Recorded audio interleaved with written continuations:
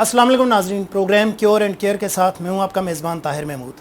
ख़वातीन व हज़रात, हम जिस मुल्क में रहते हैं यहाँ पे कुछ अरसे के बाद एक नया एपिडेमिक या पेंडेमिक आ जाता है। कोरोना से बड़ी मुश्किल से हमने जान छुड़ाई, जान तो नहीं छुड़ाई लेकिन फिर भी हर्ड इम्यूनिटी डेवलप हुई, लोग थोड़ा सा बेहतर होना शुरू हुए, एहतियात की, वैक्सीनेशन हुई, कुछ बेहतरी आई। सैलाब ने आके पकड़ लिया और सैलाब के साथ ही इस वक्त पाकिस्तान में डेंगी एकदम से फ्लेयर अप हो चुका है। अच्छा, डेंगी को हमने पसे पुश्त इसलिए डाल दिया था कि कोरोना के दौरान हमें लगता था शायद डेंगी का मच्छर ही ख़त्म हो गया है, लेकिन ऐसा नहीं था। शायद हमारी बेहतियाती की वजह से, केयरलेसनेस की वजह से मसाइल बार बार जन्म लेते हैं और हम बार बार ये हमेशा जिसको कहते हैं वो कंप्लेंट करते नज़र आते हैं कि या अल्लाह हमारे साथ ऐसा क्यों हो रहा। हम खुद मौका देते हैं कुदरत को कि कुदरत हमारे साथ वो तमाम हिसाब बराबर करे जहाँ पे हम ज़्यादती करते हैं।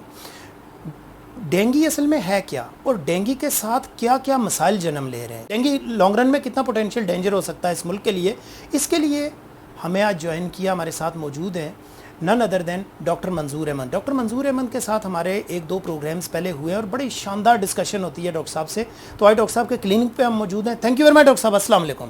कैसे हैं डॉक्टर साहब, आप खैरियत से हैं? डॉक्टर साहब सबसे पहले तो बहुत शुक्रिया, आपने हमें टाइम दिया। डॉक्टर साहब, आज का जो टॉपिक है वो इस हवाले से कंटेम्प्रेरी है कि एकदम से पिछले कोई तकरीबन एक महीने के अंदर सारी जिसको कहते हैं ना रावलपिंडी इस्लामाबाद की स्पेशली डायनेमिक्स चेंज हो गई है when it comes to I would say clinician practice कि डेंगी इज़ एट राइज। आपके ख्याल से डॉक्टर साहब ये एकदम से क्या हुआ? और फिर इस पे मैं एक और क्वेश्चन आपसे ये साथ ही पूछूंगा, पहले क्वेश्चन के साथ ऐड कीजिएगा, कोरोना के दौरान क्या डेंगी ख़त्म हो गया था, मर गए थे डेंगी के मच्छर, क्या हुआ ये?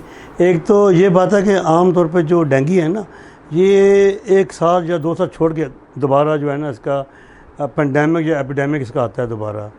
तो इस मरतबा चूँकि कोरोना काफ़ी अर्सा रहा है तो लोगों का और अथॉरिटीज़ का ध्यान नहीं रहा कि प्रॉपर टाइम पे स्प्रे कराएँ, प्रॉपर टाइम पे लोगों को एजुकेट करें, तो वो लोगों का ध्यान लगा रहा है कोरोना की तरफ। उसके बाद फिर फ्लड्स आ गए हैं तो लोगों की ध्यान वहाँ चला गया सारा, और मीडिया भी सारा जो फोकस था वो कोरोना पे था, उसके बाद चला गया अपना फ्लड्स पे। तो वो चूँकि फोकस ही था, लोगों को प्रॉपर टाइम पे एजुकेट नहीं कर सके, और जो प्रिवेंटिव जो मेथड होते हैं, मतलब स्प्रे करना, घर घर जाके चेक करना और पानी को बिला वजह इकट्ठा ना होने देना, तो उसे ध्यान थोड़ा सा हट गया था, जिसकी वजह से मच्छरों को मौका मिल गया है। जो डेंगू जो है ना बेसिकली एक वायरल डिजीज़ है, लेकिन इसकी जो ट्रांसमिशन है वो मस्कीटो के ज़रिए होती है, और उस मस्कीटो का नाम जो साइंटिफिकली है वो एडिस इजिप्टाई है, और इसमें जो इसका फीमेल होती है वो इसको फैलाती है। और ये मच्छर आम तौर पे साफ़ पानी में ज़्यादा पाया जाता है, और ये वजूहत हैं जिसकी वजह से अचानक जो है ना ये डेंगू फैल गया है, क्योंकि एक तो प्रॉपर टाइम पे स्प्रे नहीं हुआ, प्रॉपर जो प्रिवेंटिव मेजर्स थे वो इख्तियार नहीं किए गए because of Covid and floods. तो ये इस वजह से जो है इस दफ़ा जो है एक किस्म का पेंडेमिक कह लें या एपिडेमिक कह लें वो शुरू हो चुका है, और ख़ास तौर पे रावलपिंडी में बहुत ज़्यादा है।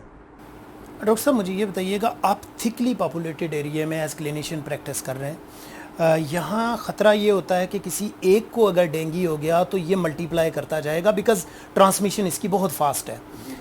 अब डॉक्टर साहब एक चीज़ जो बड़ी इंपॉर्टेंट है वो ये है कि आप एग्री करेंगे जो मोर्टेलिटी रेट है इसका वो कोरोना से कहीं ज़्यादा है। इसका इंसिडेंस ज़रूर कम हो सकता है लेकिन इसका रेशो डिजीज़ वर्सेस मोर्टेलिटी बहुत हाई है।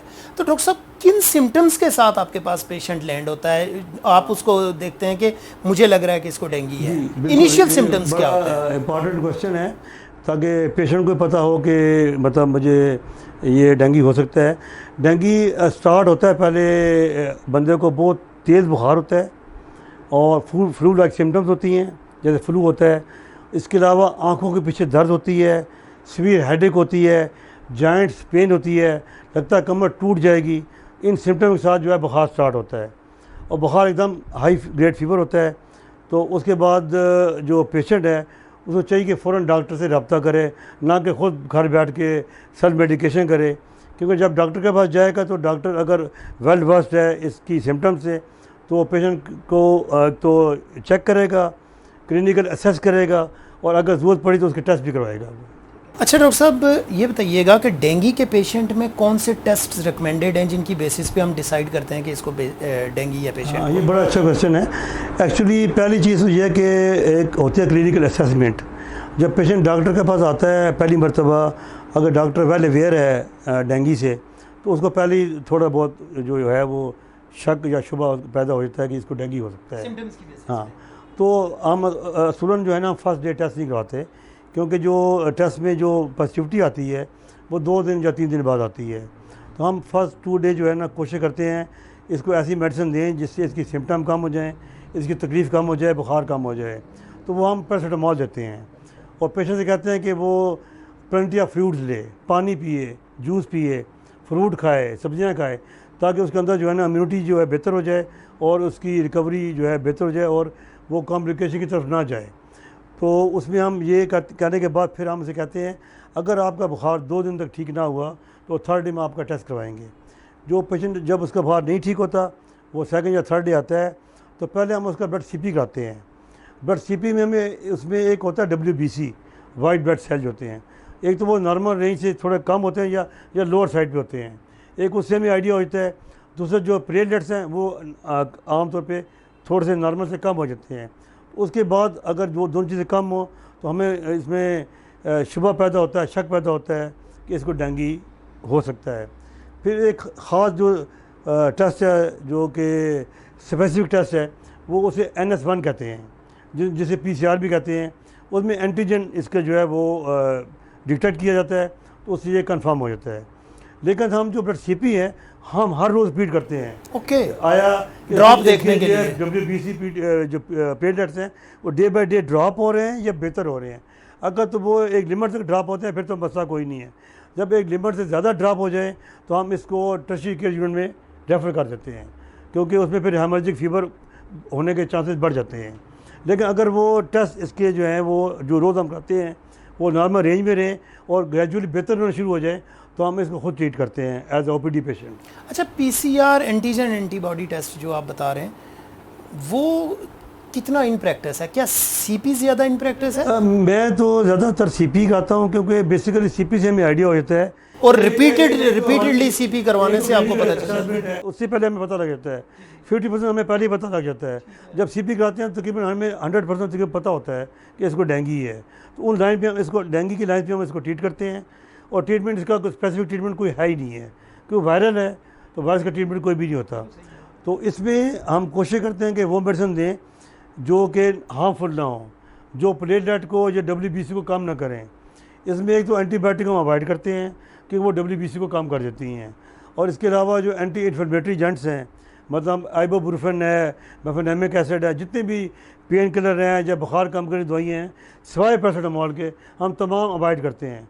वरना फिर पेशेंट में कॉम्प्लिकेशन पैदा क्योंकि उन सब प्रोडक्ट्स का खून पतला करने में भी रोल है। बिल्कुल खून सही पतला है। करती हैं और फिर वो जो ब्लीडिंग टेंडेंसी है वो बढ़ जाती है। अच्छा, ये ख्वातीन हज़रात बड़ी इंपॉर्टेंट चीज़ है। डॉक्टर साहब ने एक बात की कि पैरासिटामोल के अलावा इसलिए नहीं देते कि डेंगू के पेशेंट में बुखार हो गया, ठीक है, अब वो आहिस्ता आहिस्ता सेटल डाउन होगा, वायरल है, लेकिन उसमें ब्लीडिंग हो रही होती है इंटरनल, अगर हम इस तरह की मेडिसिन देना शुरू कर दें। क्योंकि डॉक्टर साहब ने कहा कि CP बार बार करवाते हैं। CP बार बार करवा के बेसिकली ये देख रहे होते हैं कि किस तेज़ी से इसके WBCs कम हो रहे हैं, किस तेज़ी से इसके प्लेटलेट्स कम हो रहे हैं। तो प्लेटलेट्स एक ऐसी चीज़ है ख्वातीन हज़रात, कि जितना कम होता जाएगा खून से ब्लीडिंग टेंडेंसी उतनी बढ़ती जाएगी। तो अगर पेशेंट का प्लेटलेट लेवल एक ऐसा आ जाता है कि वो ब्लीडिंग शुरू हो जाती है उसकी बॉडी में, तो वो एक पॉइंट ऐसा है कि उस वक्त आम डॉक्टर की, जिसको कहते हैं ना, दस्तरस से वो पेशेंट निकल जाता है। फिर उसको किसी ना किसी आपको टर्शरी केयर हॉस्पिटल में शिफ्ट करना पड़ता है, जहां उसकी इमरजेंसी मैनेजमेंट शुरू होती है। और उस वक्त मैं आपको बता दूं, मैं जिस टाउन में बैठा हूँ रावलपिंडी में, यहाँ के हॉस्पिटल्स फिल्ड हैं डेंगू के साथ।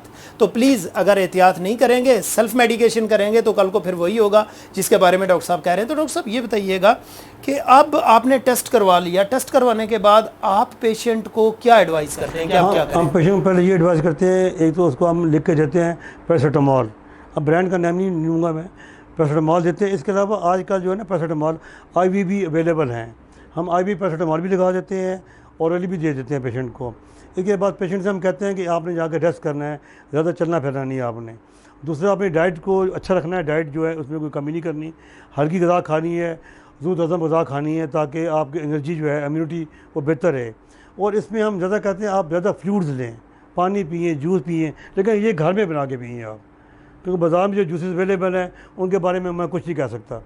तो इसके अलावा जितना आप लिक्विड्स लेंगे, जितना फ्लूइड्स लेंगे, उतनी रिकवरी आपकी अर्ली होगी आपकी। और बाकी जो है वो जब उसका टाइम पूरा हो जाएगा तो बुखार ऑटोमेटिकली उतरना शुरू हो जाएगा। टाइम कितना होता है, duration? 2 to 7 days, 2 to 7 days. ठीक है, तो इसका मतलब है 2 to 7 डेज में क्रिटिकल आपका तीसरा, चौथा, पांचवा दिन होगा, क्योंकि ये स्लो एंड स्टडी जाता है, फिर डिक्रीज की तरफ छठे सातवें दिन तो डिक्रीज पे होता है। 3 स्टेजेस होती हैं, पहले में ये स्टार्ट होता है और सेकंड में जो है उसका क्रिटिकल स्टेज में होता है जहाँ से ये ख़राब हो सकता है। उसको अगर आपने बच रोक लिया तो फिर वो ख़राब नहीं होगा, और थर्ड में जो है वो रिकवरी शुरू हो जाती है। ओके, इसमें डॉक्टर साहब अभी तक कोई ऐसा कॉन्सेप्ट तो नहीं है ना कैरियर स्टेट का कि अगले साल दोबारा भी हो सकता है? ऐसा तो कुछ नहीं, कैरियर स्टेट कॉन्सेप्ट नहीं है। ये हर साल अगर बाइट होगी मॉस्किटो की होगी। ओके, अब प्रिवेंटिव मेजर्स में आपने एक बात ऑफ कैमरा कही थी, मैं चाह रहा हूँ कि आप ज़रूर नाजरीन को बताएं। कपड़े पहनने का पैटर्न क्या है? ये कि चूँकि मौसम गर्मियों का है, हम आमतौर पर कोशिश करते हैं कि ख़ुद भी और बच्चों को भी ना ईजी कपड़े पहनाएं, जिसमें मतलब निकर्स हो गई या शॉर्ट्स हो गई, तो ये इस डेंगू के लिए नुकसानदेह हैं। आप कोशिश करें कपड़े बेशक हल्के हों, कॉटन कपड़े हों, लेकिन बच्चों को कपड़े ऐसे बनाएं जो कि स्लीव को फुल कवर करें, पूरी आपकी बॉडी को कवर करें। फेस को तो खैर कवर करना मुश्किल है, बाकी जो एरिया आप कवर कर सकते हैं वो कॉटन कपड़ों के साथ या पत्ते कपड़ों से कवर कर लें। उसमें चांसेस ये होते हैं कि मच्छर को कम से कम एरिया मिलेगा बाइट करने के लिए। जब वो बाइट नहीं कर सकेगा तो बीमारी भी नहीं फैलेगी, और रात को अगर हो सके तो मच्छरदानी लगा दें। डॉक्टर साहब, आपको लगता है कि डेंगू की कोई वैक्सीनेशन हमें फ्यूचर में मिल सकती है? कोई डिस्कशन में आती है? पूरी दुनिया में स्टडीज़ भी हो रही हैं, ट्रायल भी हो रहे हैं, लेकिन अभी तक इनको कोई कामयाबी नहीं हुई। ओके, जैसे एड्स के बारे में अभी तक कोई इनको कामयाबी नहीं हुई। लेकिन सर बनाने पे आए तो कोरोना की तो इन्होंने 1 साल के अंदर। हाँ, ये आप सही कह रहे हैं, लेकिन देखें ना, आप देखें हेपेटाइटिस जो बी है उसकी वैक्सीनेशन आपके पास है, सी की नहीं बन सकी अभी तक। तो ये अल्लाह ताला की कुदरत भी है कि कुछ चीज़ें हमारे बस में होती हैं, कुछ नहीं होती, लेकिन research all over the world हो रही है, और अल्लाह करे कोई ऐसी वैक्सीनेशन आ जाए जिससे हम इससे बच सकें। डॉक्टर साहब, थैंक यू वेरी मच। मैं चाहूँगा आखिर पे आप नाजरीन को अगर कोई मैसेज देना चाहें डेंगू की प्रिवेंशन के हवाले से, केयर के हवाले से और इसकी प्रोग्नोसिस के हवाले से, तो इट इज़ आउट। हाँ, मैं अपने मुअज़्ज़ज़ सामीन को ये एडवाइस देना चाहूँगा कि डेंगू से डरने की बिल्कुल कोई ज़रूरत नहीं है। ये क्यूरेबल डिजीज़ है। अगर इसको आप प्रॉपर टाइम पे इसका इलाज करवा लेते हैं, प्रॉपर क्वालिफाइड डॉक्टर के पास जाते हैं, तो आपके अंदर कॉम्प्लिकेशन पैदा नहीं होंगी और फिर डेथ का ख़तरा भी नहीं होगा। तकलीफ़ तो आपको 2 से 7 दिन तक बर्दाश्त करनी पड़ेगी, लेकिन अगर आप प्रॉपर डॉक्टर की हदायत पे अमल करेंगे और डॉक्टर भी बीमारी को समझता है तो इंशाल्लाह आप फुली रिकवर हो जाएंगे। और इसके अलावा मैंने पहले भी अर्ज़ किया है कि कोशिश करेंगे साफ़ पानी भी जो है ना, आपके घर में, आपके घर के बाहर या कहीं भी आप देखें तो लोगों को बताएं, और घर में तो ख़ुद हैंडल करें और लोगों को बताएं या कंप्लेंट करें कि यहाँ पे ना पानी खड़ा है। जहाँ पे पानी खड़ा होगा वहाँ पे लार्वा बनेगा और मच्छर की अफजाइश होगी। जब मच्छर होंगे तो फिर वो बाइट भी करेंगे और फिर बीमारी भी फैलेगी। तो कोशिश करें कि बीमारी को जड़ से ख़त्म करने का ये तरीका है कि इसकी अफजाइश ही ना हो, और जब पानी नहीं होगा तो उसको मच्छर के बढ़ने के और फैलने के और नशर पाने के चांसेस कम हो जाएंगे। Thank you very much doctor साहब, बहुत शुक्रिया। It was really pleasure talking to you. ख्वातीन हज़रात, आज के प्रोग्राम का हमारा जो टेक होम मैसेज है वो 3 सेक्शंस पे मुश्तमिल है। पहला ये है कि प्रिवेंटिव मेजर्स क्या हैं। पानी साफ़ नहीं खड़ा होने देना आपने अपने घर में इर्द गिर्द कहीं पे, चाहे वो गमलों के पास पानी है, चाहे वो गमलों के अंदर पानी है, चाहे वो आपके स्विमिंग पूल में पानी है, चाहे वो आपकी टंकियाँ और उनके इर्द गिर्द पानी है, चाहे कुआँ है उसके इर्द गिर्द अंदर पानी है। साफ़ पानी को आपने मॉनिटर करते रहना है। कुएं के पानी को तो आप कुछ नहीं कर सकते, ढांप तो सकते हैं कि उसके अंदर कोई ऐसी चीज़ एंटर ना हो जिससे आगे लार्वा बने। ऐसी चीज़ से मुराद मच्छर एंटर ना हो वहाँ पे। एक तो ये है। दूसरा, ख़ुद और बच्चों को इस मौसम में पूरे कपड़े पहनाएं। उनका कोशिश करें कि बाजू और टांगें उनकी नंगी ना हो, ताकि कम से कम सरफेस एरिया एक्सपोज हो बाहर की हवा को, और कम से कम इंटरेक्शन हो आपका मॉस्किटोज़ के साथ। तो ये प्रिवेंशन हो गई। पेशेंट को अगर बुखार होता है, फीवर होता है, चिल्स होती हैं, आपको लगता है जिस्म में बॉडी पेन्स, कमर का दर्द, ये सारे प्रॉब्लम्स शुरू हो गए, तो खुदा के लिए पेनाडोल के अलावा कुछ नहीं देना। और डॉक्टर से आके बात करनी है। डॉक्टर साहब अगर टेस्ट लिखते हैं तो पैसे बचाने के लिए प्लीज़ टेस्ट ये ना सोचिएगा कि टेस्ट नहीं करवाना। जहाँ पे आज आपका 1000 रुपया या 2000 रुपया लगेगा, कल लाखों में लग के भी जान दोबारा वापस नहीं आती। और तीसरी इंपॉर्टेंट चीज़ ये है ख़वातीन व हज़रात कि जब भी आपको लगे कि अब इस पेशेंट को डेंगू है, तो जो डॉक्टर साहब की ट्रीटमेंट है सिंपल पेनाडोल की, उसके साथ प्लीज़ उसको लिक्विड ज़रूर दें, फ्रूट्स दें, वेजिटेबल्स दें, ऐसी चीज़ें दें जिससे उसकी इम्यूनिटी बिल्ड हो ताकि वो तेज़ी से इस डिज़ीज़ को कम्बैट कर सके। और इसके अंदर जो ड्यूरेशन ऑफ डिज़ीज़ है वो डॉक्टर साहब ने कहा कि ऑलमोस्ट 7 डेज़ का एक्टिव टाइम होता है। तो इसका मतलब है तीसरा, चौथा, पाँचवां पीक के जो डेज़ हैं वहाँ पर आपने पेशेंट की बहुत केयर करनी है। अपने घर वालों का ख्याल रखिएगा। अगले हफ्ते आपसे एक नए टॉपिक पे एक नए गेस्ट के साथ मुलाकात होगी। तब तक के लिए मुझे इजाज़त दीजिए। अल्लाह हाफ़िज़।